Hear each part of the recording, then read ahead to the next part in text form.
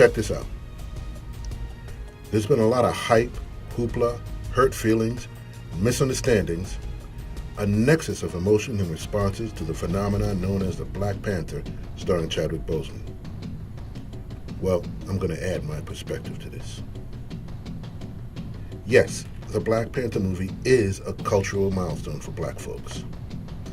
It may not be as significant as Jackie Robinson playing for the Brooklyn Dodgers or Barack Obama's election into President of the United States, but it is extremely significant.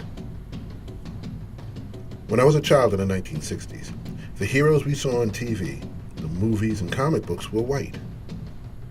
When we did see someone who was black or minority, it was either as a joke, as in Mantan Moreland, Step and Fetch It, they were criminal, or they were servants.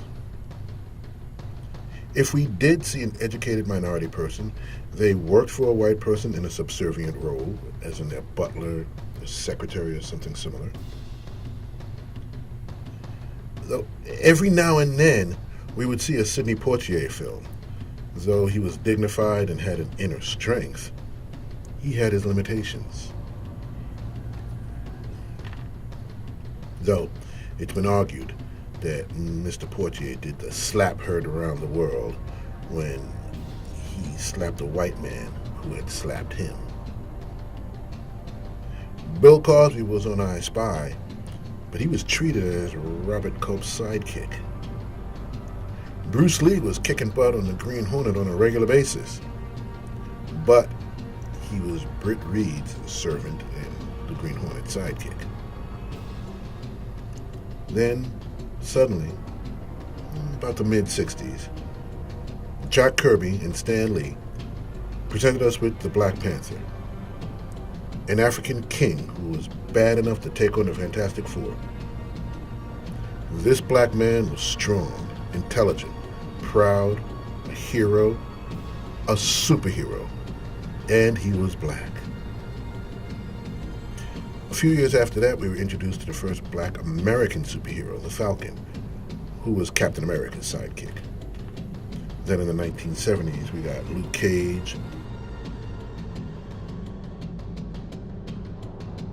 Jonathan Stewart, the Green Lantern, the Black Lightning, and a few others.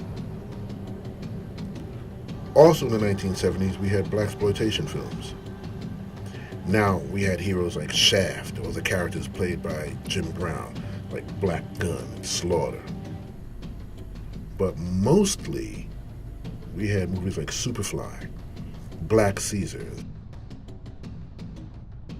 The Mac, movies where the main characters were drug dealers, gangsters, pimps, thugs, and so on. Movies about strong, heroic black folks of historical relevance such as Hannibal or Bass Reeves, black GIs in World War II, World War I, Korea and the Vietnam War, well, those were whitewashed, where you had white actors portraying them on movies and TV. Going forward from the 1980s and beyond, we were presented in movies as slaves, sympathetic figures, because we were living in impoverished situations where we needed to be rescued by the great white mother or father.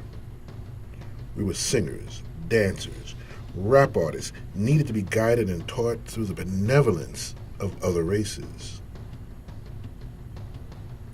Now, in 2018, we have a movie about a prominent character in comic books who is black, a king of a technologically advanced African nation, a nation that was totally independent.